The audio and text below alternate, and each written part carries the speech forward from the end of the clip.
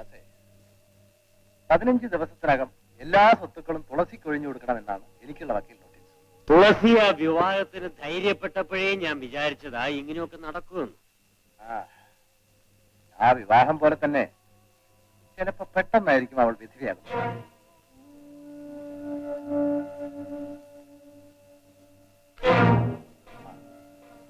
രാമു വന്നു. എന്തിനാ എന്നെ വിളിച്ചത്? എല്ലാം പറയാം, ഇരിക്കും. ഇരിക്കും.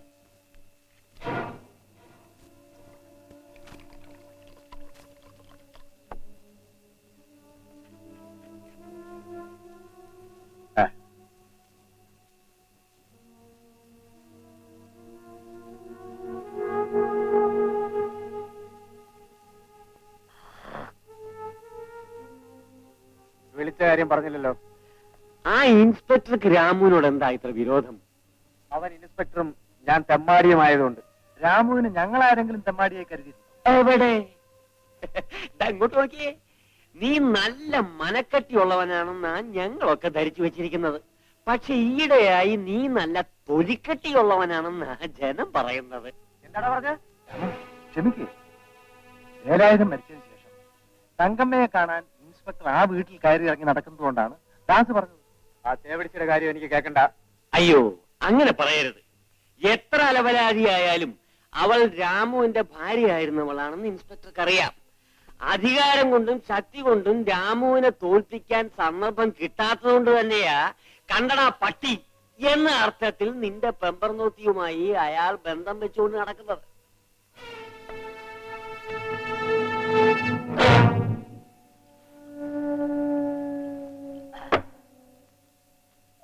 നിങ്ങൾ കണ്ടോ, ഈ കുടിച്ചതിന്റെ കെട്ടിറങ്ങുന്നതിന് മുമ്പ് അവന്റെ ചോര ഞാൻ കുടിക്കും. വേണ്ട രാമു, നിനക്ക് മുമ്പേ അവനെ ഒഴിച്ചു കെട്ടാൻ വേണ്ടി ഞാൻ കാത്തിരിക്കുകയാണ്. രാമുവിന് കാത്തിരിപ്പൊന്നുമില്ല മുതലാളി. തൂക്കുമരത്തിൽ കയറിയാൽ പുല്ലാണ്. അയ്യോ കഷ്ടം. എടാ, നീ ബുദ്ധിയുള്ളവനാണെങ്കിൽ ചെവിക്ക് ചെവി അറിയാതെ വേണം അവനെ തട്ടേണ്ടത്. ബാക്കിയുള്ള കാര്യം ഞങ്ങൾ നോക്കിക്കൊള്ളാം. നിങ്ങൾ നോക്കിയാലും നോക്കിയില്ലെങ്കിലും നേരം വെളുക്കുമ്പോൾ കണ്ടു, ഒന്നുകിൽ അവൻ അല്ലെങ്കിൽ ഞാൻ വീട്ടിലോട്ട് പൊക്കിയിട്ട് ചേച്ചി. വേണ്ട വേണ്ട, വീട്ടിൽ ചെന്ന് നമുക്ക് ചോറൊക്കെ കൊണ്ടിട്ട് പോവാം. എന്റെ അമ്മ എന്നെ കാത്തിരിക്കും. എന്നാലേ നിന്നെ കൂടെ കൊണ്ടുവന്നില്ലെങ്കിൽ എന്റെ അമ്മ എന്നെ വഴക്ക് പറയും. എന്നാ വരാം.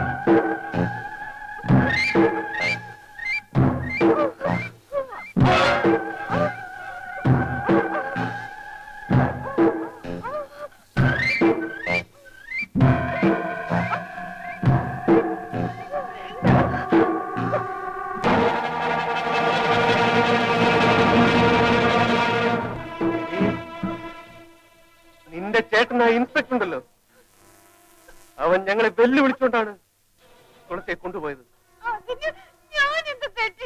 നീ ഒന്നും ചെയ്യണ്ടടി. എന്റെ മുറപ്പെണ്ണാണ് തുളസി. ഇപ്പോ എനിക്ക് തുളസിക്ക് പകരം നീ. നിന്റെ ചേട്ടൻ തലയുർത്താൻ കഴിയാതെ ഇവിടുന്ന് ഒളിച്ചോടണം.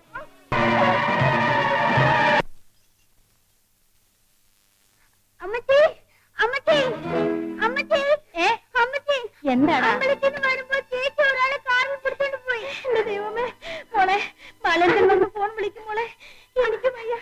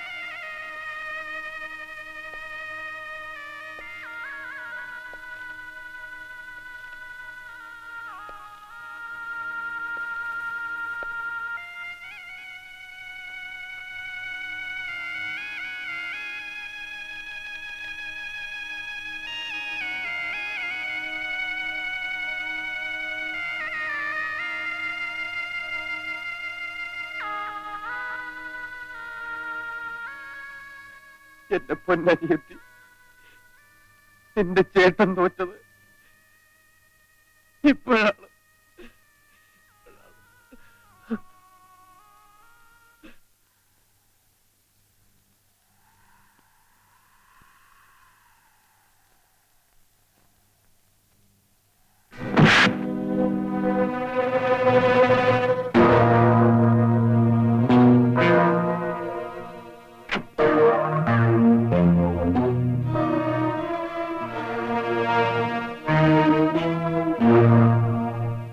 ശ്യാമള, എനിക്കറിയില്ല. നിനക്കറിയില്ലേ? എടാ,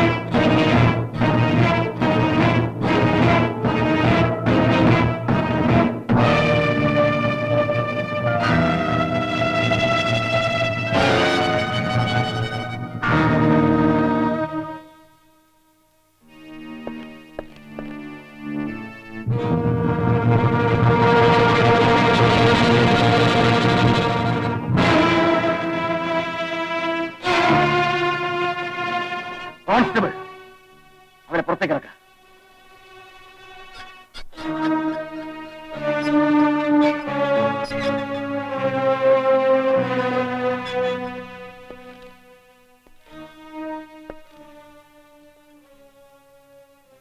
നിവർന്നക്കടാ. എടാ, എന്റെ പെങ്ങളുടെ ചിത എരിഞ്ഞു തീർന്നിട്ടില്ല. അതിനു മുമ്പ് ഞാൻ ഈ വേഷവും ഇട്ട് ഇവിടെ വന്നതെന്തിനാണെന്ന് നിനക്കറിയാമോ? കോടതിയെ വിലയ്ക്ക് വാങ്ങാൻ കഴിവുള്ള നിന്റെ അച്ഛൻ നിന്നെ എവിടെ നിന്ന് കടത്തിക്കൊണ്ടുപോയെന്ന് വരും. നീ എന്റെ പെങ്ങളെ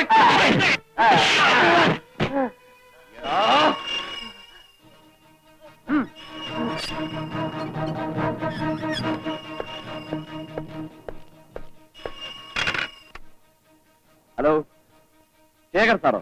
അതെ, കസ്റ്റഡിയിലുള്ള വിനോദ് ഒരു ഹാർട്ട് പേഷ്യന്റ് ആണ്.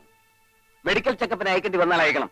സാധ്യമല്ല സാർ, അവനെ കോടതിയിൽ ഹാജരാക്കുന്നത് വരെ എന്ത് ചെയ്യണമെന്ന് തീരുമാനിക്കാൻ എനിക്ക് അധികാരമുണ്ട്. മിനിസ്റ്ററുടെ ഫോൺ ഉണ്ട് മിസ്റ്റർ.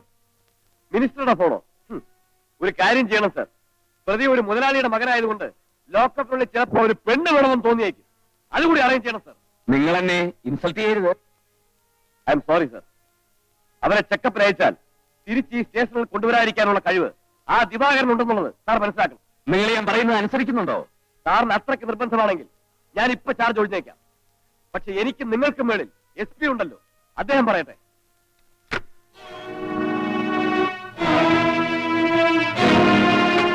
അലേന്ദ്രൻ, നിങ്ങളുടെ ഫീലിംഗ് ഞാൻ മനസ്സിലാക്കുന്നുണ്ട്. നിങ്ങളുടെ സ്ഥാനത്ത് ഞാനാണെങ്കിലും ഇമോഷനായി പോകും. പക്ഷെ ശേഖർ നിങ്ങളുടെ സീനിയറാണ്. സീനിയോറിറ്റിയേക്കാൾ സിൻസിയാരിറ്റിയാണ് സാർ മാനിക്കേണ്ടത്. കൈക്കൂലിക്ക് വഴങ്ങുന്ന ഒരു SP-യേക്കാൾ എത്രയോ വലിയവരാണ് നട്ടല് വളയാത്തൊരു കോൺസ്റ്റബിൾ. You are correct. പക്ഷെ ഇവിടെ സമ്മർദ്ദങ്ങൾക്ക് വഴങ്ങാത്ത ഒരു ഉദ്യോഗസ്ഥനും സർവീസ് പൂർത്തിയാക്കിയിട്ടില്ല.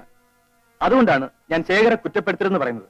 അതിന്റെ അർത്ഥം സാറും ഇവിടുത്തെ കള്ളപ്പണക്കാരന്റെ ലൗഡ് സ്പീക്കർ ആകുമെന്നാണ്. Balendran, I'm sorry sir. പൊഴിക്കരയിലേക്ക് എന്നെ അയക്കുമ്പോൾ അതൊരു മാതൃകാ പോലീസ് സ്റ്റേഷനാക്കി മാറ്റണമെന്ന് സാറല്ലേ എന്നോട് പറഞ്ഞത്? അതെ. എന്നിട്ടാണോ ആ സ്പിരിറ്റ് കേസിന്റെ ചാർജ് ഷീറ്റ് കോടതിയിൽ ഹാജരാക്കാതിരിക്കാൻ സാർ കൂട്ടുന്നത്? വാട്ട്? ഞാനോ? അങ്ങനെ ഒരു സംഭവം ഞാൻ സ്വപ്നത്തിൽ പോലും ചിന്തിച്ചിട്ടില്ല. എങ്കിൽ ശേഖർ സാർ കൊണ്ടുവന്ന ആ ഫയലോടെ പോയി സർ. എനിക്കറിയില്ല ബാലേന്ദ്രൻ. കസ്റ്റഡിയിലിരുന്ന വിനോദിനെ ശേഖർ സാർ വന്ന് മെഡിക്കൽ ചെക്കപ്പിന് കൊണ്ടുപോയതെങ്കിലും അറിയുമോ സർ? എപ്പോ? അതും അറിയില്ലേ സർ? ഇനിയും ഞാൻ ഈ വേഷം ധരിച്ചുകൊണ്ട് നടക്കുന്നത് ഗതികേടാണ്. സ്വന്തം കൂടപ്പുറപ്പിന്റെ മാനവും ജീവനും പിച്ചച്ചീന്തിയവനോട് പകരം വീട്ടാൻ ഒരു സാധാരണക്കാരന് പോലും കഴിയും. എനിക്കതിന് പോലും തടസ്സമായിരിക്കുന്നത് ഈ ഉദ്യോഗമാണെങ്കിൽ I just don't want it sir. Mister Balendran, please wait. വിളവ് തിന്നുന്ന വേലിക്കുള്ളിലാണ് നിങ്ങളും ഞാനും എനിക്ക് ഇപ്പൊ ബോധ്യമായി. എനിക്കൊരു അല്പ സമയം തരൂ. ഞാൻ എന്ത് ചെയ്യണമെന്ന് സാറ് പറയണം. നിങ്ങൾ ഒരിക്കലും പിന്തിരിയരുത്. നിങ്ങളെപ്പോലുള്ളവരാണ് ഇന്ന് ഈ ഡിപ്പാർട്ട്മെന്റിന്റെ ആവശ്യം. You are honest. You proceed sir.